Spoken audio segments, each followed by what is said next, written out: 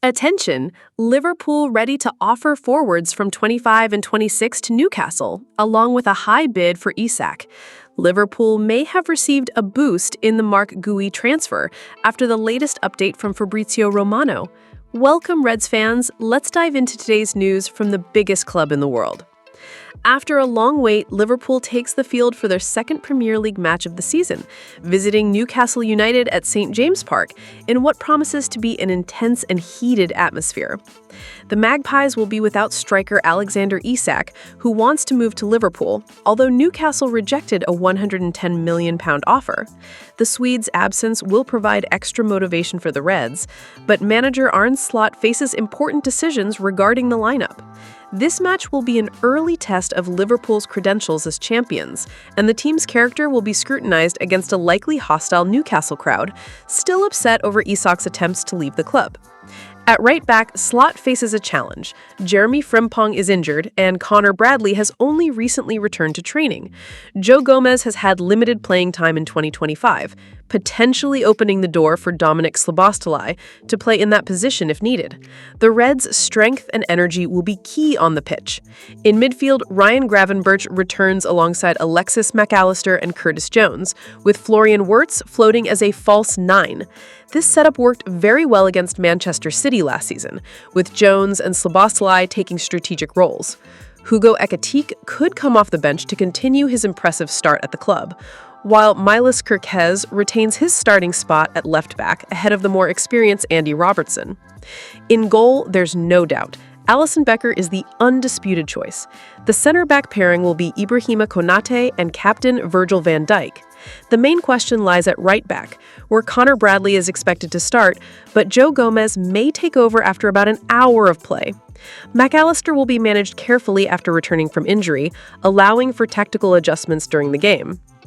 Up front, Liverpool keeps the same attacking quartet that faced Crystal Palace and AFC Bournemouth, with Hugo Ekitike leading the line.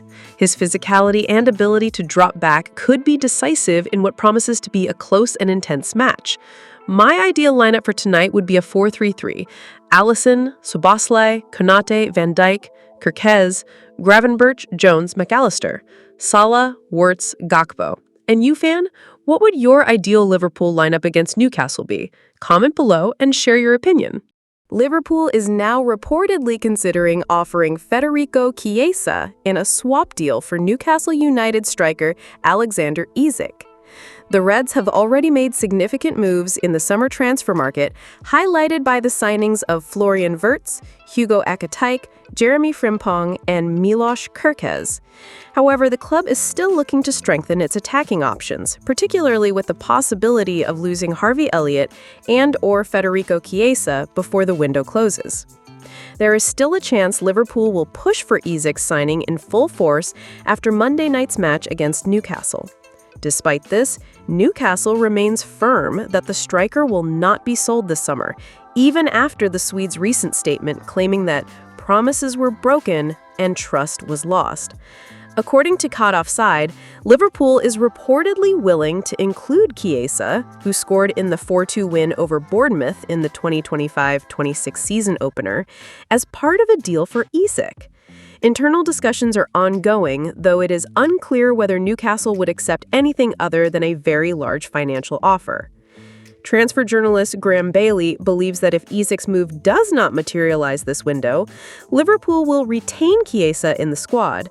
Speaking to Rousing the Cop, Bailey said, "I think the first priority is not letting Chiesa go. They wouldn't bring an alternative to Isak unless it was someone they already liked. They have Gakpo and Ekitike, so if needed, Florian Wirtz can play on the left, keeping Ekitike, Chiesa, and possibly Gakpo in the middle. Additionally, there's Namgumoa and possibly Frimpong, so we probably won't see a direct replacement for Isak. They are prepared to wait for him."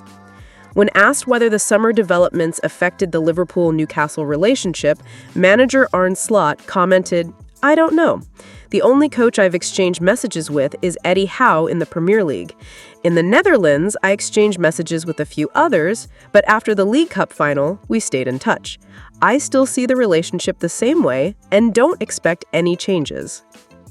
Fabrizio Romano, on his YouTube channel, stated that Newcastle's coaching staff still hopes Isak will return to training this week after the home match against Liverpool, but emphasized that it entirely depends on Newcastle. Romano said, Isak wants to go to Liverpool, wants to play for Liverpool. Liverpool wants to sign him and is willing to pay, but the final decision is Newcastle's, and they will do everything possible to keep the player. Newcastle values Isak at around £150 million, which would make him the most expensive signing in Premier League history, surpassing Florian Wirtz's £116 million transfer to Liverpool. Football finance expert Stefan Borson believes that Isak joining Liverpool remains the most likely scenario, despite the player still training alone and remaining away from the squad. Tonight's Newcastle versus Liverpool clash at St. James Park adds even more tension to the Isak saga, who made it clear from the start of the summer that he wants to join the Reds. According to Borson, the expectation is that Isak will be at Liverpool by September 1, though he notes that in football, nothing is certain until the deal is officially completed. Crystal Palace captain Mark Guéhi emerges as Liverpool's primary target should the club decide to strengthen its defense, with the South London team prepared to profit from his sale before his contract expires in 2026. However, the two clubs are still far apart in terms of valuation. Crystal Palace is asking around £40 million for the player, while Liverpool is aiming for a deal closer to £30 million. Despite this gap, there are signs that negotiations could advance in the coming days. Like many clubs this summer, especially during the Alexander Isak saga, Palace prefers to ensure a replacement is in place before selling a key player, which makes sense in the long term, even if it delays the process. Recently, indications have emerged that Crystal Palace has already started looking for a replacement for Guéhi, which could accelerate talks with Liverpool. According to Fabrizio Romano, the club has entered the race for French center-back J.D. Canvois, 19, valued at around €20 million, approximately £17.3 million. Aston Villa already had a bid for Canvois rejected, suggesting that several teams believe he has the potential to play in the Premier League, reinforcing the idea that he could replace Guéhi if he departs. Liverpool fans hope the deal is finalized, as it would put the club in a stronger negotiating position. Crystal Palace chairman Steve Parish has always indicated that he would sell Guéhi if he did not renew his contract, and the way Liverpool has approached the negotiations suggests they believe the London club may be willing to lower the asking price. Although £40 million is still considered cheap for a player of Guéhi's caliber, the Reds aim to reach a deal closer to £30 million. If that does not happen, Liverpool could increase the offer to finalize the transfer, or opt to wait until next year to sign him for free, the latter currently being the more likely option.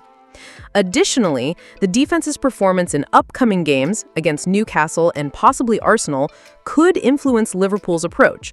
If necessary, the club could decide to act on the final day of the transfer window to secure Guéhi's signing. Although the race against time until the end of the window is far from ideal, patience seems to be key. If successful, Liverpool executive Richard Hughes would once again demonstrate his strategic skill in transfer management.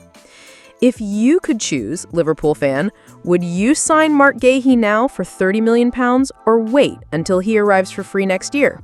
Share your opinion in the comments below. Thank you so much for watching until here. See you next time!